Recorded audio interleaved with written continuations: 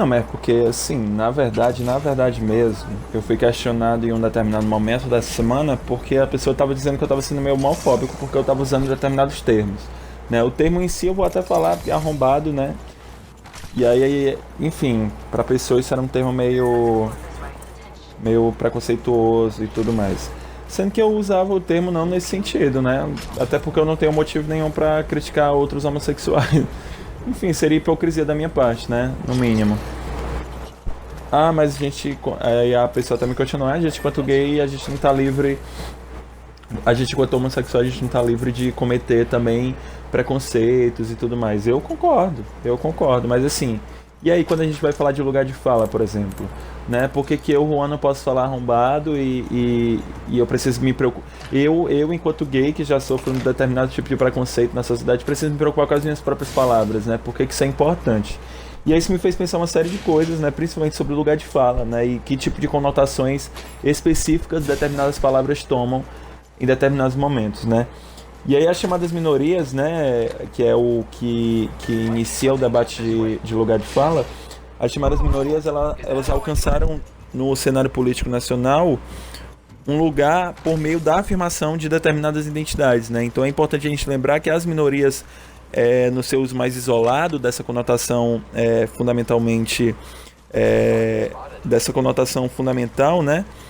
Ela perde meio que ela deixa esse sentido meio isolado, né? Então você tem uma série de categorias hoje que tem determinadas consciências de que são minoria na sociedade que sofrem determinados tipos de preconceito, né?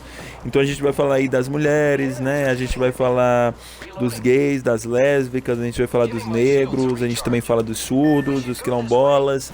A gente também pode falar de moradores de rua, dos sem terra, dos indígenas e assim por diante. Todas as pessoas hoje no Brasil, eles são tratados como minorias, porque não necessariamente porque eles são minoria da população, né? Esse não é o sentido específico da conotação da palavra, mas porque cada uma dessas pessoas, né, cada um desses grupos hoje, eles sofrem determinado tipo de preconceito pelo fato deles não serem o mais heteronormativo ou o mais normalístico possível, ou mais homem, branco, hétero, cis, enfim, da sociedade, né?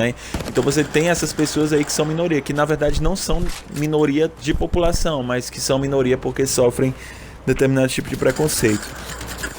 A identidade, então, né, principalmente enquanto gay e tudo mais, passa a ser o uso do contexto das lutas políticas, né? Então você tem uma força de alto impacto potencial.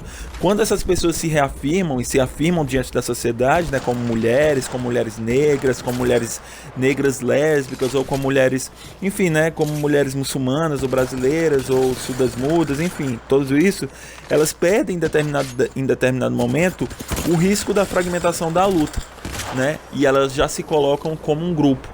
Então as minorias hoje elas têm que se organizar e é exatamente aí que surge o lugar de fala. As minorias hoje se organizam e é por isso que eu acho que eu não fui homofóbico ao falar a palavra arrombado, né? Porque a conotação dessa palavra para mim não é essa, tá entendendo? Eu ressignifiquei o termo dela. Por que não ressignificar termos, né? A palavra queer foi ressignificada e nem por isso as pessoas chamam quem usa queer de homofóbico, né?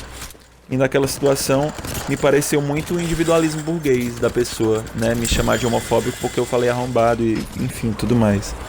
Pô, essa jogatina aí foi bonitinha, hein?